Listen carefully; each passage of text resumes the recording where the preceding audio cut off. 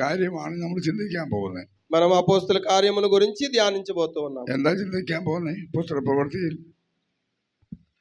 ഞാൻ എന്താ പറഞ്ഞ നിങ്ങളോട് చూడండి, తీయండి. ഓക്കെ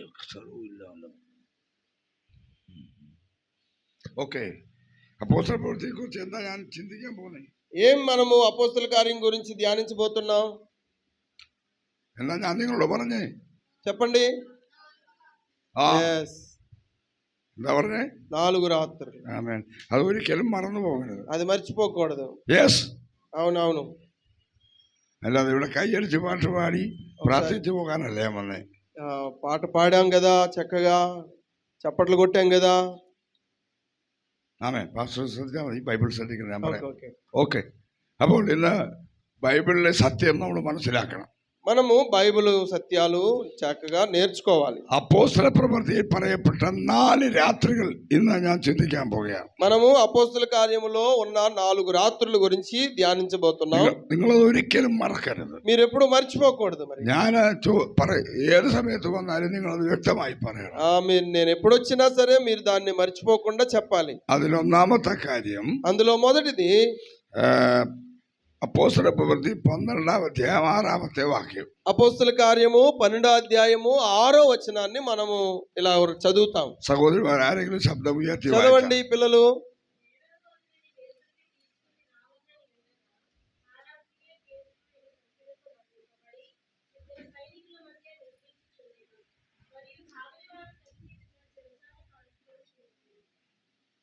ఎంతవరకు వాయిക്കുന്നു? 12:6. ഓക്കെ.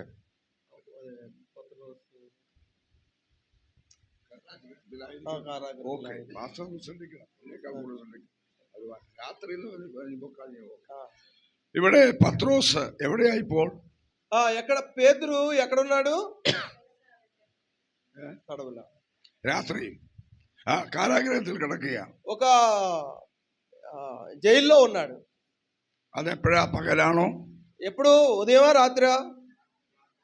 രാത്രി. రాత్రి. രാത്രി. ഹല്ലേലൂയ. ഹല്ലേലൂയ. സുവിശേഷ നിമിത്തം നമ്മുടെ ദൈവത്തിന്റെ ദാസന്മാർ പലരും ജയിലിൽ കിടന്നിട്ടുണ്ട്. సువార్త నిమిత్తము సేవకులు చాలా మంది జైల్లో ఉంచబడ్డారు. ഇപ്പോഴും കൂടെ ఇప్పటికీ కూడా చాలా మంది അനേകർ ജയിലിൽ കിടക്കുകയാണ്. అనేక మంది కూడా జైల్లో ఇప్పటికీ ఉన్నారు సువార్త నిమిత్తం. ഇപ്പോ സുവിശേഷ നിമിത്തം ഇതുപോലെ കഷ്ടപ്പെട്ട പിന്നെ ഒരു మార్గവുമില്ല. എല്ലാ ദൈവദാസന്മാരും ജയിലുകളിൽ കിടക്കുന്നവരാണ്. జైల్లో ఇప్పటికీ కూడా చాలా మంది సువార్త చెప్పారనే ఒకే కారణంతో ఇప్పటికీ చాలా మంది జైల్లో బంధించబడ్డారు. അങ്ങനെ സുവിശേഷ നിമിത്തം തടവിലായ പത്രോസ് അവിടെ തടവിൽ കിടക്കുമ്പോൾ ఆ విధంగా ఆనాడు పేతురు గారు కూడా సువార్త చెప్పాడన్న కారణంతో బంధించబడ్డాడు. അന്ന് അവരുടെ സഭ ശ്രദ്ധയോടെ പ്രാർത്ഥിക്കാൻ തുടങ്ങി. అయితే ఆనాడు జరిగినటువంటి గొప్ప సంగతి ఏంటంటే సంఘం అంతా కూడా అతని కొరకు ప్రార్థన చేస్తా ఉండేవారు. ആമേൻ. എല്ലാരും എന്നെ ശ്രദ്ധിക്കുക. వినండి. നിങ്ങൾ ബൈബിളിൽ നോക്കി എന്ന കാര്യം മനസ്സിലാകുകയില്ല. మీరు బైబిల్ తీసి ఉంచారు కదా, చూడండి, కానీ జాగ్రత్త వినండి. പത്രോസ് തടവിൽ കിടക്കുമ്പോൾ పేతురు ఆ విధంగా మరి జైల్లో బంధించబడి ఉండగా ആ സമയത്ത് അവിടെയുള്ള സഭ ഉറങ്ങുകയല്ലായിരുന്നു, അവരെ പ്രാർത്ഥിക്കുകയായിരുന്നു. ఆ సంఘము అయితే, అక్కడ ఉన్నటువంటి సంఘము, యెరూషలేములో ఉన్నటువంటి సంఘం అయితే తన కోసం ఏం చేశారంటే నిద్రపోలేదు, కానీ ప్రార్థన చేశారు. ఆమేన్. അവിടെ പറഞ്ഞിരിക്കുന്നത് ശ്രദ്ധയോടെ പ്രാർത്ഥിച്ചതാണ്. చాలా ఆసక్తిగా వారు ప్రార్థన చేశారు. ఆమేన్. നമ്മുടെ ജീവിതത്തിൽ ചില പ്രശ്നങ്ങൾ വരുമ്പോൾ, మన జీవితంలో ఎన్నో కొన్ని సమస్యలు వచ్చినప్పుడు, അത് രാത്രിയാണെങ്കിലും പകലാണെങ്കിലും ശ്രദ്ധയോടെ പ്രാർത്ഥിക്കാൻ നമ്മൾ കടപ്പെട്ടു. అది రాత్రి అయినా పగలైనా మనము ఆసక్తితో ప్రార్థన చేయాలి. ആമേൻ. ആമേൻ. ఆమేన్. ആമേൻ. ఆమేన్. ഇത് നിങ്ങൾ വളരെ ശ്രദ്ധിക്കണം. జాగ్రత్త వినండి. ഞാൻ പറഞ്ഞല്ലോ, രാത്രികൾ എന്ന് പറയുന്നത് ഈ സൂര്യൻ അസ്തമിക്കുന്ന രാത്രിയല്ല, പ്രതികൂലത്തിന്റെ രാത്രിയാണ്. నేను ఈ సూర్యుడు అస్తమించిపోయిన రాత్రి గురించి నేను అనట్లేదు. సూర్యుడు అస్తమిస్తే వచ్చేది ఏంటి? రాత్రి కదా. దాని గురించి నేను చెప్పట్లేదు. జీవితంలో మనకు రాత్రి అనుభవాలు, പ്രതിസന്ധികളുടെ രാത്രി, ఆ ప్రతికూలమైన పరిస్థితుల్లో వచ్చిన రాత్రి, കഷ്ടതയുടെ രാത്രി, కష్టము అనే రాత్రి, ആമേൻ ആമേൻ, അങ്ങനെ നിരവധി രാത്രികൾ ദൈവമക്കളുടെ ജീവിതത്തിലുണ്ട്. మన జీవితంలో పలు రకాలైనటువంటి రాత్రి అనుభవాలు మనము ఎదుర్కొంటున్నాం. എന്നാൽ ആ പ്രതിസന്ധി രക്ഷപ്പെടാൻ ഒറ്റ മാർഗമേ ഉള്ളൂ, ദൈവത്തോട് ശ്രദ്ധയോടെ പ്രാർത്ഥിക്കുക എന്നുള്ളതാണ്. అయితే మన జీవితంలో ఇలాంటి ప్రతికూలమైనటువంటి రాత్రి అనుభవాలు వచ్చినప్పుడు వాటిని మనం ఎదుర్కోవడానికి ఏకైక కారణం ఏంటో తెలుసా? ప్రార్థన. ఏ ప్రార్థన? ఆసక్తితో చేసిన ప్రార్థన. Praise the lord. Hallelujah, hallelujah. പത്രോസിനെ തടവിൽ സൂക്ഷിക്കുമ്പോൾ സഭ ശ്രദ്ധയോടെ പ്രാർത്ഥിക്കാൻ തുടങ്ങി. పేతురు ఆ విధంగా బంధించబడి ఉండగా తన కోసం చాలా ఆసక్తిగా ప్రార్థన చేసినటువంటి సంఘం ఉండింది. ഇവിടെയുള്ള ദൈവസഭ പ്രാർത്ഥിക്കാൻ തയ്യാറാകണം. ఇక్కడున్నటువంటి సంఘము ఏం చేయాలి? ప్రార్థించే సంఘం, ఆసక్తిగా ప్రార్థించే సంఘం అయి ఉండాలి. ഇന്ന് ഒരു പക്ഷേ നിങ്ങൾക്ക് അനുകൂല സാഹചര്യമായിരിക്കാം, ఇప్పుడు మీకు అన్ని బాగా సుఖంగా అన్ని సాగిపోవచ్చు. നാളെ നമ്മുടെ ജീവിതത്തിൽ പ്രശ്നങ്ങൾ രാത്രി కానీ రేపు మన జీవితంలో ఒక ప్రతికూలమైనటువంటి రాత్రి అనుభవాలు రావచ్చు. അന്നേരം നമ്മൾ കോടതിയിൽ പോകാനല്ല തീരുമാനിക്കണം. అప్పుడు మన జీవితంలో ఎక్కడికి పరిగెడతాం? కోర్టుకు పరిగెట్టడానికి కాదు. നമ്മൾ ഒരുമിച്ചിരുന്ന് പ്രാർത്ഥിക്കാൻ തയ്യാറാകണം. మనము కలిసి ఆసక్తితో ప్రార్థించినట్లయితే നിങ്ങൾ മനസ്സിലാകുന്നു? అర్థమవుతుంది కదా? ആമേൻ. അപ്പോൾ നമുക്ക് വേണ്ടി പ്രവർത്തിക്കുന്ന ഒരു ദൈവമുണ്ട്. అప్పుడు మనం అలాగూ ప్రార్థన చేస్తే దేవుడు కార్యం చేస్తాడు. ദൈവസഭ പ്രാർത്ഥിച്ചുകൊണ്ടിരിക്കുമ്പോൾ പത്രോസ് തലവിൽ ഇങ്ങനെ ഉറങ്ങുകയാണ്. చూడండి, దేవుని సంఘము అక్కడ ప్రార్థన చేస్తా ఉన్నారు. దేవుడు తన కార్యం జరిగిస్తున్నాడు. ఈ దేవుని సేవకుడు ఈ యొక్క జైల్లో శాంతంగా సమాధానంగా నిద్రపోతూ ఉన్నాడు. ఆ రాత్రి దైవത്തിന്റെ దూതൻ పత్రోസിന്റെ അടുക്കൽ చెന്നു. ఆ రాత్రి పేతురు గారి దగ్గరికి దేవుడు పంపించిన దూత వచ్చారు. ఆమేన్. పత్రోసిని తట్టి ఉణర్తి ఆ పేతురుని లేపాడు. ఆమేన్, హల్లెలూయా. పత్రోసుడు പറയുകയാണ്, നീ എന്റെ പിന്നാലെ വരിക. పేతురుతో అంటున్నాడు ఈ దూత, నీవు నన్ను వెంబడించు, నా వెనక రా. హల్లెలూయా. പത്രോസ് ഉറക്കമുണർന്നു. అప్పుడు వెంటనే పేతురు లేచాడు. പത്രോസ് എന്താ സംഭവിക്കുന്നത് അറിയാതെ, పేతురుకి ఏం జరుగుతుందో అనేది ఏమీ తెలియకుండానే ദൂതന്റെ പുറകാലെ പോവുകയാണ്. ఆ దూత వెంబడి వెళ్ళిపోయాడు. അവന്റെ കയ്യിലെ ചങ്ങലയെല്ലാം അഴിഞ്ഞു മാറി. అయితే మరి ఆయనకి బంధించారు కదా ఈ యొక్క గొలుసులతో, ఆ గొలుసులు కూడా విడిపోయాయి. కారాగతే പിന്നെ వాതിലുകളൊക്കെ തുറന്നുപോయి. ఆ యొక్క తలుపులు మూసుకొని పోయినటువంటి తలుపులు వాటంతట అవే తెరుచుకొని వెళ్ళిపోతున్నాయి. അങ്ങനെ ഇരുമ്പ് വാതിലുകളൊക്കെ പത്രോസിന് വേണ്ടി തുറക്കുവാൻ, అవి ఎలాంటి తలుపులో తెలుసా? ఇనప తలుపులు. అవి వాటికంటే అవే బయటకు వచ్చేస్తున్నాయి. അങ്ങനെ പത്രോസ് ഈ ദൂതന്റെ പുറകെ പോവുകയാണ്. అప్పుడు దూత వెంబడి పేతురు గారు వెళ్ళిపోతూ ఉన్నాడు. അങ്ങനെ നടന്ന് പോയി. ఆ విధంగా నడుస్తూ ముందుకు వెళ్ళగా ഏറ്റവും വലിയ സിറ്റിയുടെ വെളിയിൽ പത്രോസ് എത്തി. ఆయన అవతల పట్టణము పురద్వారానికి చేరుకున్నాడు. അങ്ങനെ ദൂതൻ അവനെ വിട്ടുപോയി. అప్పుడు దూత అతని నుండి కనుమరుగైపోయాడు. അപ്പോഴാണ് പത്രോസിന് മനസ്സിലായത്, ഞാൻ വാസ്തവമായി ഈ തടവിൽ നിന്ന് രക്ഷപ്പെട്ടു എന്ന്. అప్పుడు ఇదంతా జరిగిపోయిన తర్వాత తాను ఒక్కడే ఉన్నప్పుడు ఇదంతా ఏదో ఊహ కాదు, ఇదేదో కల కాదు, ఇదేదో భ్రమ కాదు, ఇది నిజమే అని అప్పుడు తనకు ఒక స్పృహలోనికి వచ్చాడు. അപ്പോൾ പത്രോസിന് ഇത് രാത്രിയായിരുന്നോ പകലായിരുന്നോ? అది రాత్రా పగలా? చెప్పండి చెప్పండి చెప్పండి. പുറകിലിരിക്കുന്നവർ പറയുന്നത് అమ్మా చెప్పండి రా, వెనక్కున్నవారు. ഇത് എപ്പോഴാണ് സംഭവിക്കുന്നത്? ఎప్పుడు జరిగింది ఇదంతా? ഇവനെ തടവിലാക്കിയത് ആരാ? ఎవరు ఈయన్ని బంధించారు? జైల్లో ఎవరు బంధించారు? పేతురు గారిని ఎవరు బంధించారు? ഹെരോദ രാജാവ്, హేరోదు రాజు. നിങ്ങൾ ഇതിന് ഉത്തരവൊന്നും പറയുന്നില്ല.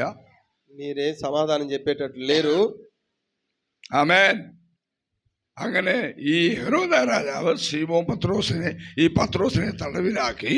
సీమోను పేతురుని ఆ హేరోదు అనే రాజు బంధించి చెరసాల్లో వేశాడు. അടുത്ത ദിവസം എന്നെ കൊല്ലാൻ തീരുമാനിച്ചിരിക്കുക. బంధించిన తర్వాత మరుసటి రోజు ఏం చేయాలనుకున్నారంటే ఇతన్ని చంపేద్దాం అన్నటువంటి ఆలోచనతో ఉన్నారు.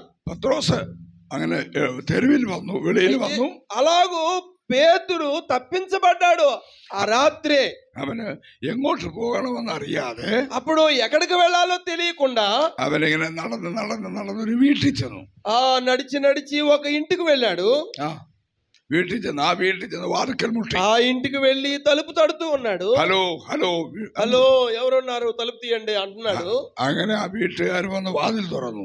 వారు ఆ విధంగా తలుపు తీశారు. ആ വീട്ടുകാർ അന്നേരം എന്തോ എടുക്കാന്നറിയാമോ? ആ വീട്ടുകാർ എന്തോ എടുക്കുകയായിരുന്നു. ఆ ఇల్లు ఎవరిదో తెలుసా?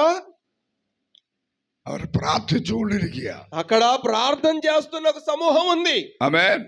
ఆమేన్. അവരൊരുമിച്ചിരുന്ന് പ്രാർത്ഥിക്കുക. వారందరూ కలిసి ఆ ఇంట్లో ప్రార్థన జరుగుతూ ఉంది. ప్రార్థన చేస్తున్నవരുടെ వీటిന്റെ వాതിకലാണ് పత్రోസ് వന്നത്. ఆ యొక్క ప్రార్థన చేస్తున్నటువంటి ఇంటి ద్వారం దగ్గరికి ఈ పేతురు గారు వచ్చి తలుపు తట్టాడు. హల్లెలూయా, హల్లెలూయా, హల్లెలూయా, హల్లెలూయా. ദൈവമക്കളെ, നമ്മുടെ ജീവിതത്തിന്റെ പ്രതിസന്ധികളുടെ മുമ്പിൽ നമ്മൾ ഒരുമിച്ച് പ്രാർത്ഥിച്ചാൽ നമ്മുടെ മറുപടി നമ്മുടെ വീടിന്റെ വാതിക്കൽ വരും.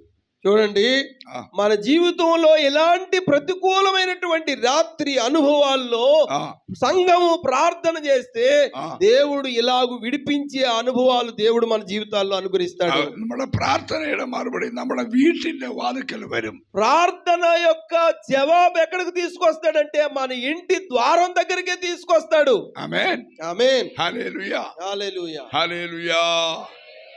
Price the lord. നമ്മുടെ പ്രാർത്ഥനയുടെ മറുപടി ജീവിതത്തിൽ ഏത് രാത്രിയിലാണെങ്കിലും നമ്മുടെ വാതിക്കൽ ദൈവം കൊണ്ടെത്തിക്കും. చూడండి, ప్రార్థన యొక్క అనుభవం ఎంత గొప్పది అంటే మన జీవితంలో ఎలాంటి రాత్రి అనుభవాన్ని కూడా మన ఇంటికి గుమ్మం దగ్గరికి తీసుకొస్తాయి. Praise the lord. Hallelujah, hallelujah. അതാണ് ഒന്നാമത്തെ രാത്രി. అది మొట్టమొదటి రాత్రి అనుభవం. ആ രാത്രി അനുഭവം. Praise the lord. ఆమేన్. നിങ്ങൾക്ക് ഈ കാര്യം കേട്ടപ്പോൾ വല്ല സമാധാനവും സന്തോഷവും ഉണ്ടോ? ఇది ఈ మాట వినగానే, లేకపోతే ఈ యొక్క సంగతి వినగానే మీ మనసుల్లో ఏమనిపిస్తుంది? అయ్యో, ఎന്റെ ప్రార్థనకి మరుపడి ఇల్లే എന്ന് ഓർത്ത് നിങ്ങൾ ഭാരപ്പെടുക. అయ్యో, నేను చాలా సార్లు ప్రార్థన చేశాను, నా ప్రార్థనకు జవాబు లేదు అనుకుంటున్నారా? ఆమేన్. ఆ సమയത്ത് നിങ്ങൾ ശ്രദ്ധയോടെ പ്രാർത്ഥിച്ചാൽ, మీరు నిజంగా ఆసక్తిగా ప్రార్థన చేస్తే మరుపడి നിങ്ങളുടെ മുൻപിൽ, നിങ്ങളുടെ വീട്ടിന്റെ മുൻപിലെത്തും. మీ యొక్క ప్రార్థనకు సమాధానము ఇంటి వాకిట ముందే వస్తది. హల్లెలూయా. మీరు జాగ్రత్తగా వినండి, జాగ్రత్త వినండి. హల్లెలూయా. మన ప్రార్థన యొక్క సమాధానం మన ముందుకు తీసుకొస్తాడు దేవుడు. హల్లెలూయా. జీవితంలో చాలా ప్రతికూలమైనటువంటి రాత్రి అనుభవాలు, అందరూ విడిచిపెట్టినటువంటి రాత్రి అనుభవాలు,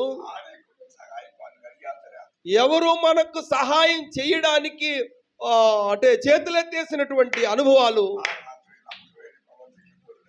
కానీ మన అలాంటి అనుభవాలు కలిగిన రాత్రి ప్రభు తన హస్తమును చాపి కార్యం చేయగలిగినటువంటి దేవుడు. వినండి, వినండి, జాగ్రత్త వినండి. పేతురును ఆయన రాత్రి తట్టి లేదా ఆయన లేపి తీసుకొచ్చినటువంటి అనుభవం. హల్లెలూయా, హల్లెలూయా. మనము దేవుని దగ్గర ఎన్నో దేవదూతలు ఉన్నాయి. ఆ దూతలు దేవుడు అనుమతిస్తాడు మన దగ్గరికి రావడానికి. అవి మనల్ని విడిపించడానికి అనుమతిస్తాడు. పేతురుని విడిపించినటువంటి దేవుడు ఎవరైతే అతని కోసం ప్రార్థన చేస్తున్నారో వారి ముందుకు తీసుకొచ్చి పెట్టాడు ఆయన. ఆ దేవుడు ఈ రాత్రి కూడా లేదు, ఈ రోజు కూడా మన కొరకు జీవిస్తూ ఉన్నాడు. హల్లెలూయా, హల్లెలూయా. అర్థమైందండి? నేను ఇప్పుడు మాట్లాడినటువంటి రాత్రి ఏ రాత్రి అది? పేతురుని బంధకములో నుండి విడిపించినటువంటి రాత్రి. దేవుని సేవకులకు అర్థమైందా? ఇక్కడున్న సహోదరులకు, వెనకున్న బ్రదర్స్, మీకు అర్థమైందా? అమ్మా, మీకు అర్థమైంది తల్లి?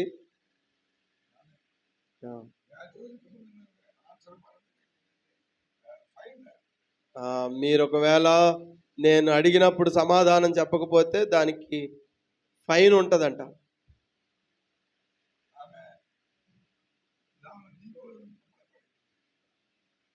ఇలాగ మనము నేర్చుకోవాలి.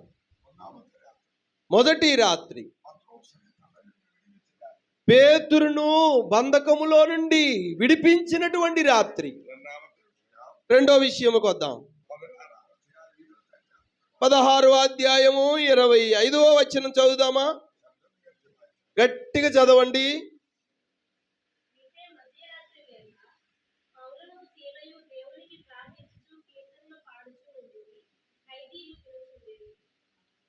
ఎస్, స్తోత్రం. ఇక్కడ కూడా ఒక జైల్లో ఉన్నారు. ఇక్కడ ఇద్దరు దేవుని సేవకులు ఉన్నారు. వారెవరు? ఎస్, పౌలుయు మరియు శీల. గట్టి చెప్పండి అలాగా. ఆమేన్.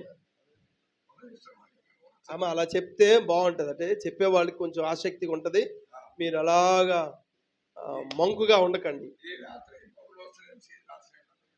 ఈ రాత్రి ఇక్కడ మనం చదివినటువంటి రాత్రి పౌలు అనే దైవ సేవకుడు అలాగే శీల అనే సేవకుడు కూడా ఇద్దరు ఏం చేయబడ్డారు? బంధించబడి జైల్లో వేయబడ్డారు.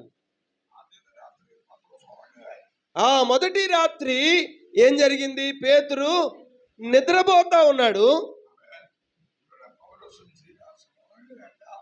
ఇక్కడ పౌలు శీలలు రాత్రి పడుకోలేదు, కానీ వారు ఏం చేస్తున్నారు? ఎస్, ఆమేన్.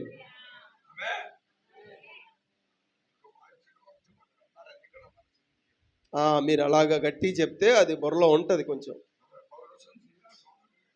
ఇక్కడ పౌలు శీల వారు నిద్రపోలేదు. వారు ఏం చేస్తున్నారంటే దేవునిని స్తుతిస్తూ వారు పాడుతూ ఉన్నారు.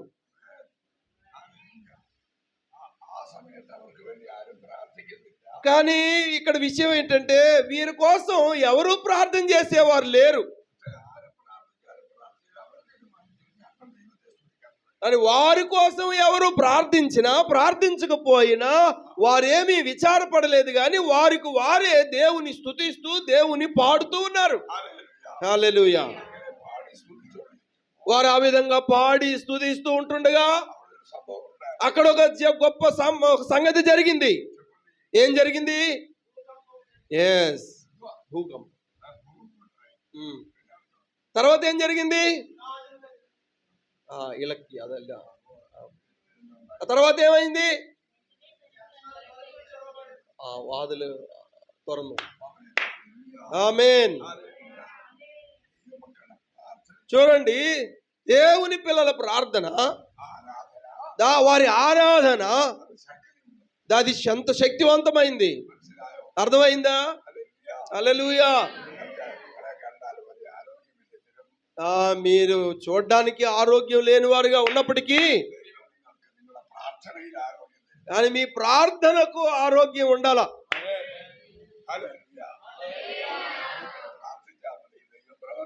మీరు ప్రార్థిస్తే చాలు, దేవుడు కార్యం చేస్తాడు. వారు పౌలు శీలలు కూడా ఇద్దరు జైల్లో ఉండి ప్రార్థన చేస్తా ఉన్నారు. వారు ఆ యొక్క జైల్లో ఉండి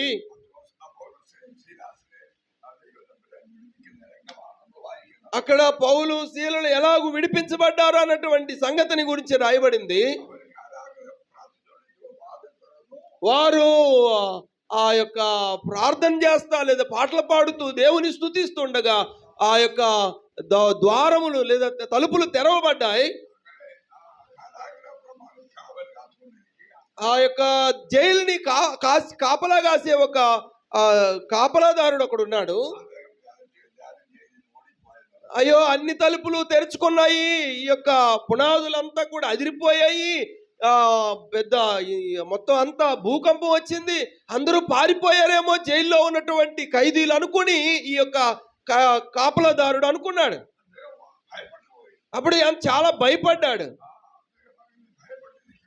ఆ విధంగా భయపడుతూ ఉండగా పౌలు శీలలు ఇలాగ పిలిచారు ఆయన్ని. బాబు నీకు నీవే హాని చేసుకోవద్దు, మేమందరం ఇక్కడే ఉన్నాము, మేము ఇక్కడే ఉన్నాము. ఆ విధంగా ఈ యొక్క జైలు అధికారి ఒక లైట్ ముట్టించుకొని వచ్చి ఆ యొక్క పౌలు గారి దగ్గరకు వచ్చాడు. ఆ తర్వాత ఏం చేశాడో తెలుసా? ఈ యొక్క జైలు అధికారి ఈ దైవజనులు ఇద్దరు ఈ యొక్క గాయాలు చూశారు, గాయాలు జరిగించాయి కదా, గాయాలు చేశారు వాళ్ళే. అయితే ఇప్పుడు వాటిలన్నిటినీ కడుగుతూ ఉన్నాడు. కడిగి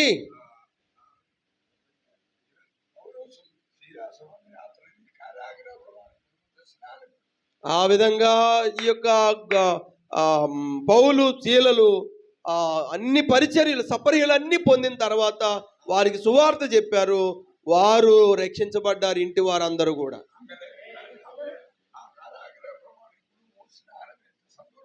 ఆ విధంగా రక్షించబడినటువంటి ఆ కుటుంబంలో ఉన్నటువంటి అందరికీ బాప్తిసం ఇచ్చారు. ఆమేన్.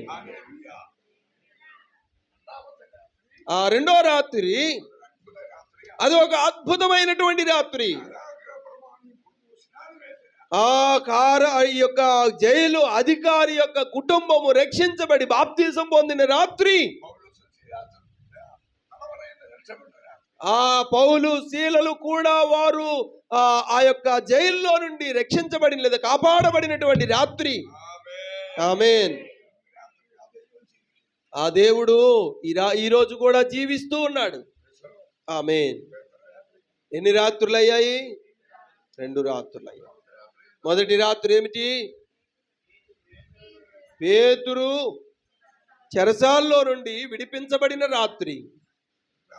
రెండో రాత్రి పౌలు శీలలు చెరసాల్లో నుండి వారు ప్రభువుని ఆరాధించిన రాత్రి. ఆ యొక్క జైలు అధికారి కుటుంబం అంతా కూడా రక్షించబడినటువంటి రాత్రి. ఆమేన్. ఇప్పుడు మనం 3వ రాత్రిలోనికి వెళ్తాం. అపోస్తుల కార్య గ్రంథం 20వ అధ్యాయం 7వ వాక్యం. అపోస్తుల కార్యం 20వ అధ్యాయము 7వ వచనం. ఆదివారమున ఎస్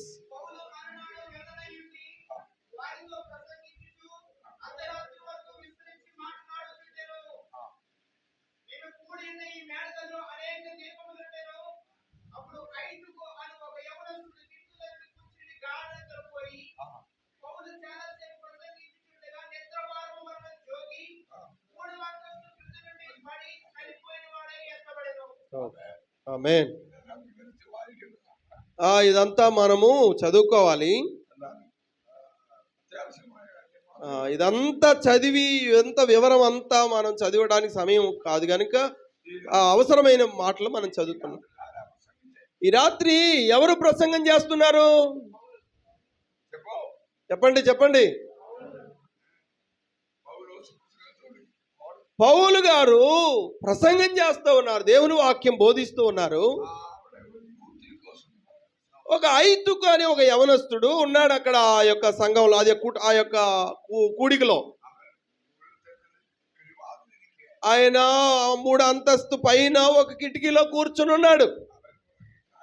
ఆయన వింటా నిద్రాభారంతో జోగి కింద పడ్డాడు. ఆ పడగానే చచ్చిపోయాడు వాడు. అప్పుడు పౌలు గారు గబగబా కిందకు దిగి ఆయన మీద పడి ఆయన ముట్టి ఆయన కోసం ప్రార్థన చేసి ఆ తర్వాత ఏమయ్యాడు? అతడు బతికాడు. అతడు తిరిగి మళ్ళా జీవంలోనికి వచ్చాడు. అనగా 3వ రాత్రి చనిపోయిన వారిని బ్రతికించిన రాత్రి. చెప్పండి హల్లెలూయా.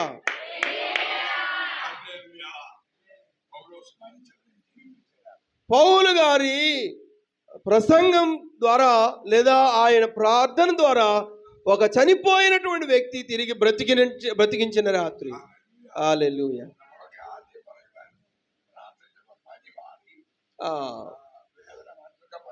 మనం అనుకున్నాం కదా, ప్రార్థన చేసామండి, నాకు జ్వరం తగ్గిందండి, ప్రార్థన చేసామండి, కడుపు నొప్పి తగ్గిందండి అని అంటాం కదా.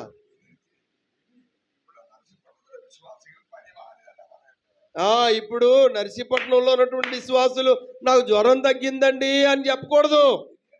ఏం చెప్పాలా? నేను జీవం పొందాను.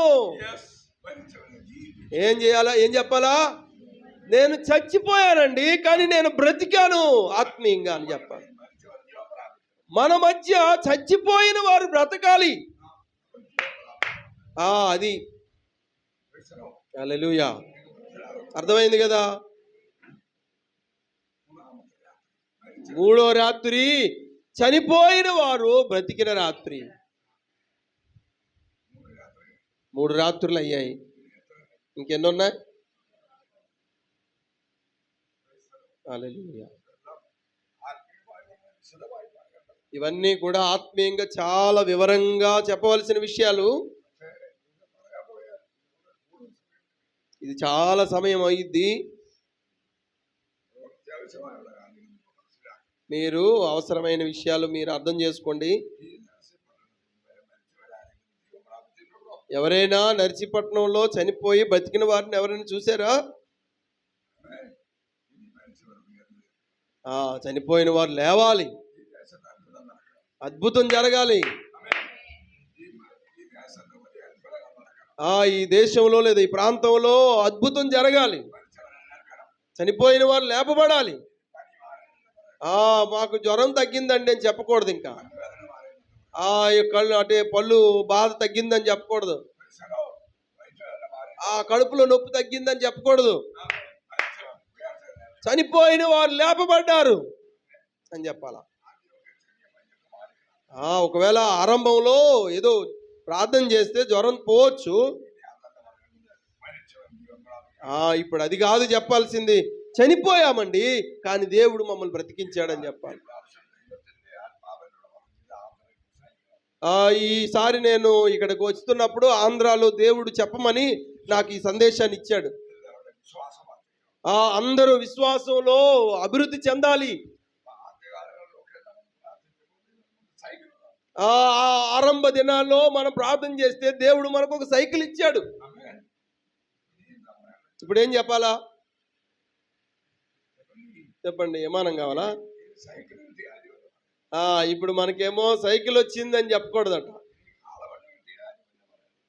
మనకేదో ఎద్దుల బండి వచ్చిందని చెప్పకూడదంట. ఇప్పుడు ఎద్దుల బండి కాదు మనకి, ఇప్పుడు మనకి దానికంటే గొప్పది బైక్, కారు.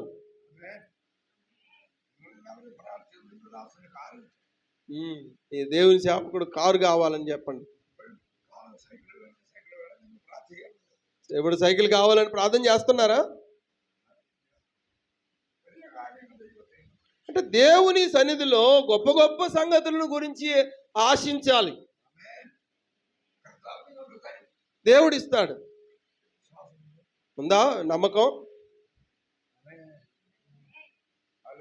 హల్లెలూయా.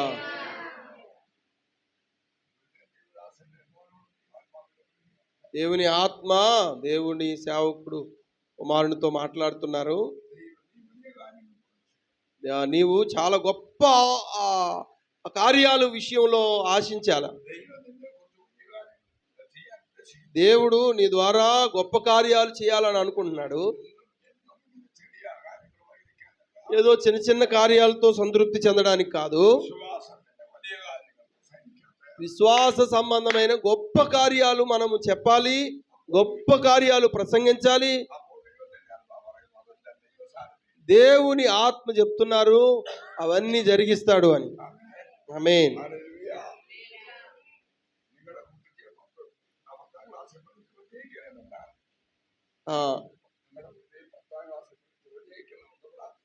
మీరు 10వ తరగతి మీ బాబు జయించాలి, లేకపోతే పాస్ అవ్వాలని ప్రార్థన చేశారు. ఓకే, ఆయన పాస్ అయ్యాడు. అది సరిపోద్దా? అయిపోయిందాడు భవిష్యత్తు. ఆ తర్వాత ఆయన ఇంటర్మీడియట్లోకి వెళ్ళాలి. అది సరిపోద్దా? తర్వాత ఏం కావాలి? ఇంకా పై చదువులు చదవాలి. నేను ఒక చిన్న అబ్బాయిని అడిగాను, నీకేం కావాలి అని అడిగాను, ఏ వాహనం కావాలి అన్నాడు. ఆ యొక్క అబ్బాయి చెప్పాడు, నాకు ఐఏఎస్ అవ్వాలి అని అన్నాడు. ఇప్పుడు 7వ తరగతి చదువుతున్నాడు. నేను ఇంకొక అబ్బాయిని అడిగితే వాడన్నాడు, నేను డాక్టర్ అవ్వాలని అన్నాడు.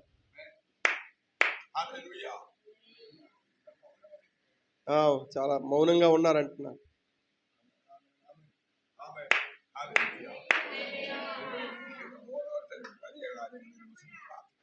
మనము ఇక్కడ ఉన్న ప్రతి ఒక్కరూ కూడా గొప్ప గొప్ప విషయాల గురించి ఆశించాలి, వాటి కొరకు ప్రార్థన చేయాలి. అప్పుడే దేవుడు గొప్ప కార్యాలు ఆశిస్తే గాని గొప్ప కార్యాలు మనకు ఇవ్వడు. కొద్దిమంది సరిపోతారా సంఘం? ఈ కొద్ది మందితో మనము అలాగే భజన చేసుకొని వెళ్ళిపోతామా? ఏం చేయాలా? అందరూ రక్షించబడాలి, అందరూ రావాలి. ఇది మన బాధ్యత. మనం గొప్ప ఆలోచనలు కలిగి ఉండాలా. Praise the lord. హల్లెలూయా.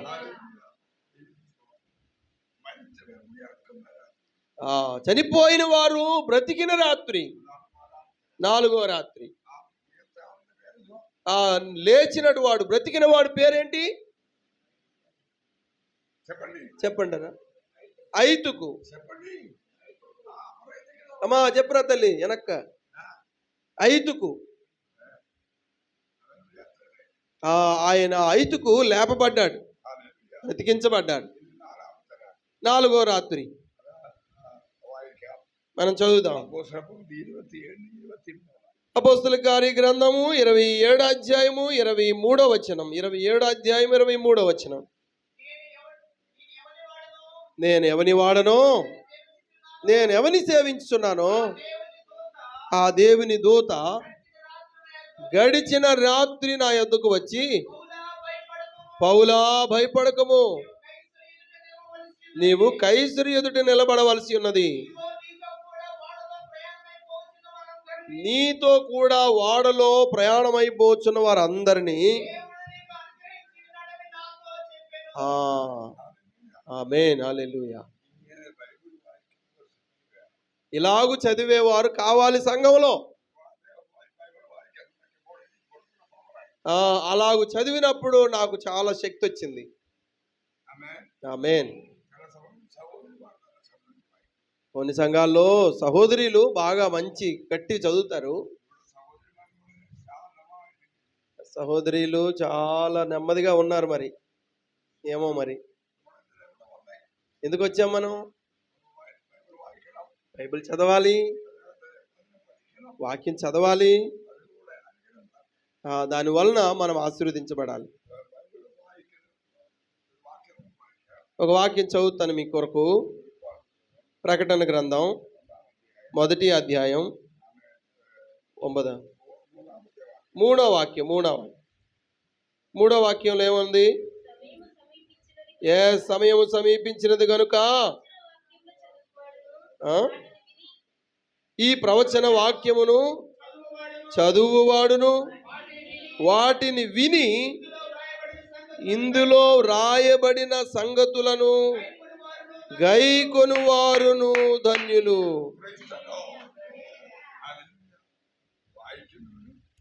చదివిన వారు, వాటిని అనుసరించిన వారు, వినిపించిన వారు ధన్యులు, ధన్యులు.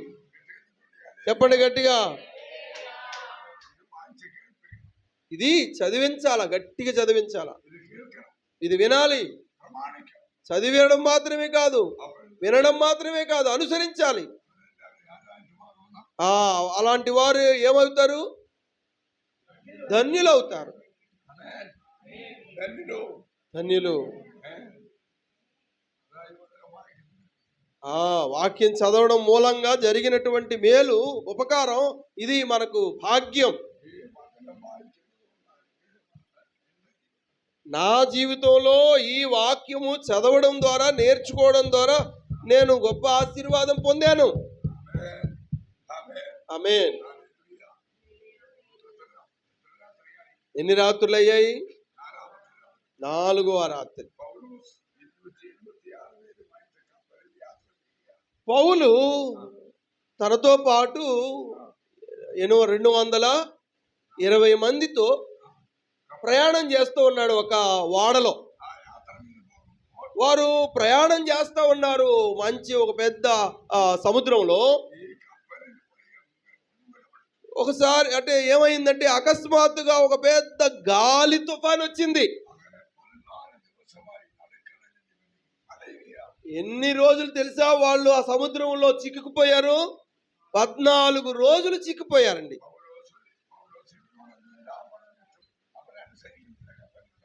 ఈ యొక్క ఈ ఓడలో ఉన్నవారు ఎవరు కూడా పౌలు గారి మాట ఎవరు వినేవారు, లచ్చిపెట్టలేదు ఎవరు. సరేలే, మీరు నా మాట వినకపోతే నాకేం పోయింది, మీరే కదా పోతారని ఆయన ఊరుకున్నాడు. కానీ పౌలు ఏదైతే ఆరంభం నుండి చెప్తా వస్తున్నాడో వీళ్ళందరికీ, అక్కడ ఉన్నటువంటి కెప్టెన్లు లేదా అధికారులు వాళ్ళందరికీ కూడా చెప్తున్నారు, కానీ వాళ్ళు వినిపించుకోలేదు.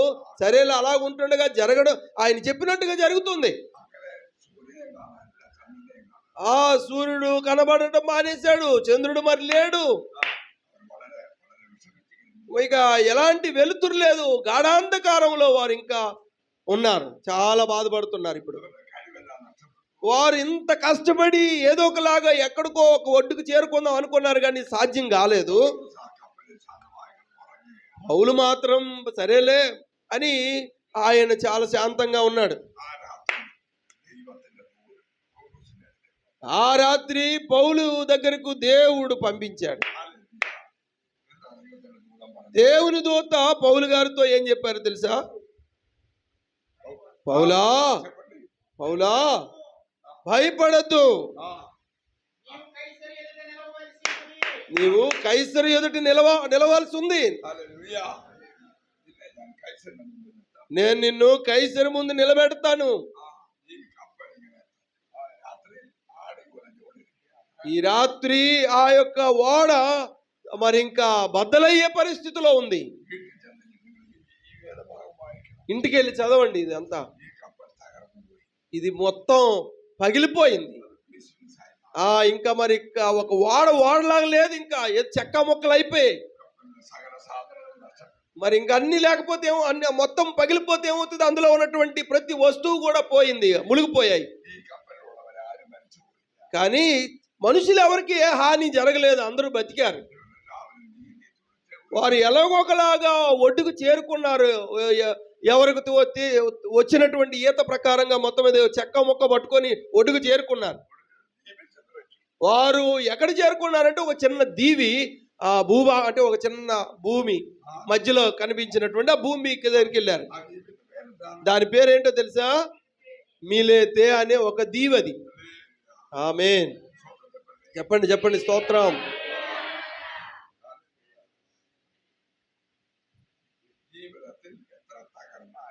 జీవితంలో ఎంత నష్టం అయిపోయినా,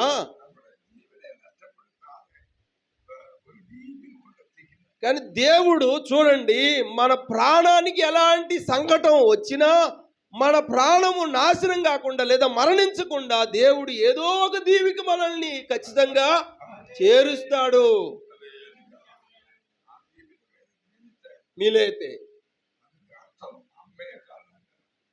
దాని అర్థం ఏంటో తెలుసా? మిలేతే అంటే అమ్మ కంటే మంచిది అని. అమ్మ కంటే మంచిది. ఈ రాత్రి లేదా ఈ యొక్క ఉదయకాలం ఎవరైనా బాధపడితే, మనం ఎక్కడ బతికి బట్టగట్టబడ్డామంటే, ఎక్కడ మనం చేరుకున్నామంటే అమ్మ కన్నా మంచి శ్రేష్టమైనటువంటి దాంట్లో చేరుకున్నాం. హల్లెలూయా. 27వ అధ్యాయంలో ఆ యొక్క ఓడ పగిలిపోయింది, ముక్క చెక్కలయ్యింది. 28వ అధ్యాయంలో 10వ వచనం ఇలా చదువుతాం. 28వ అధ్యాయం. అనేక సత్కార్యములతో మమ్మల్ని మర్యాద చేసి మేము ఓడ ఎక్కు వెళ్ళినప్పుడు మాకు కావలసిన వస్తువులను ఓడలో తెచ్చి ఉంచిరి. ఏం చదివండి అక్కడ చూడండి. ఆ యొక్క ఓడలోనికి సకల విధమైనటువంటి మర్యాదలతో నింపబడింది. మాకు కావలసిన వస్తువులను అన్ని వారికి ఏవేవి కావాలో ఏవేవో నష్టపోయావో అన్ని కూడా వారు తీసుకొచ్చి పెట్టారు. స్తోత్రం, స్తోత్రం. మిమ్మల్ని గురించి అంటే మీ జీవితం అయిపోయింది, ఇక అంతా ముగించేశారు, మీ జీవితం ఇక మరి లేదు అని లోకం చెప్పినా, కానీ దేవుడు ఒక నూతనమైనటువంటి వాడను దేవుడు సిద్ధపరుస్తున్నాడు. అందులో అన్ని రకాలైనటువంటి సదుపాయాలతో, అందులో కావలసినటువంటి అన్ని వసతులతో ఆయన నింపబోతూ ఉన్నాడు. ఆమేన్. అర్థమవుతుందా? అర్థమైందా అంటున్నాను. 4వ ఓకే, ఈ యొక్క వాడ యొక్క ప్రత్యేకత ఏంటంటే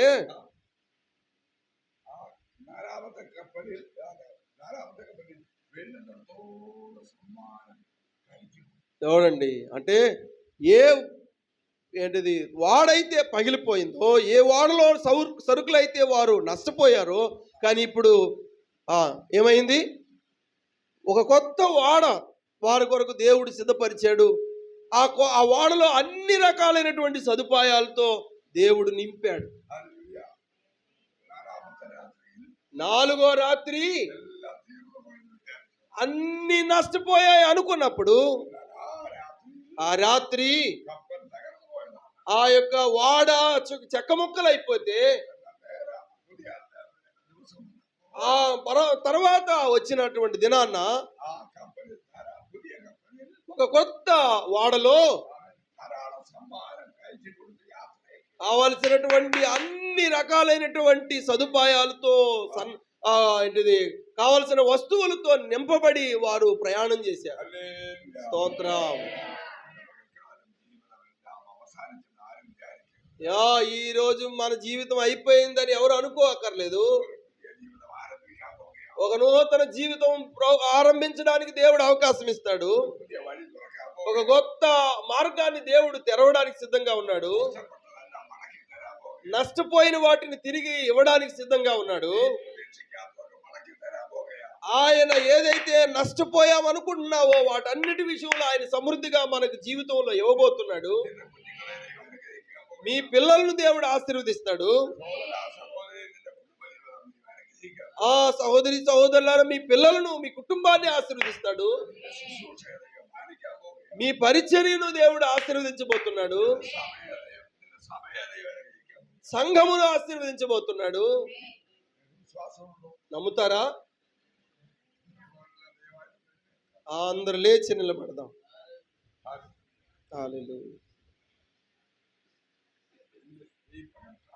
ఈ యొక్క ఉదయకాలం 4 రాత్రుల గురించి మనం విన్నాం. ఆమేన్. ఆ 4 రాత్రుల్లో ఏ రాత్రులు అవి మళ్ళీ చెప్పండి. మొదటిది పేతురు చెరసాలలో నుండి విడిపించబడిన రాత్రి. 2వ రాత్రి పౌలు శీలలు ఆరాధించినటువంటి రాత్రి. ఆ రాత్రి ఏం జరిగింది? సైనికుడు కుటుంబము రక్షించబడినటువంటి రాత్రి.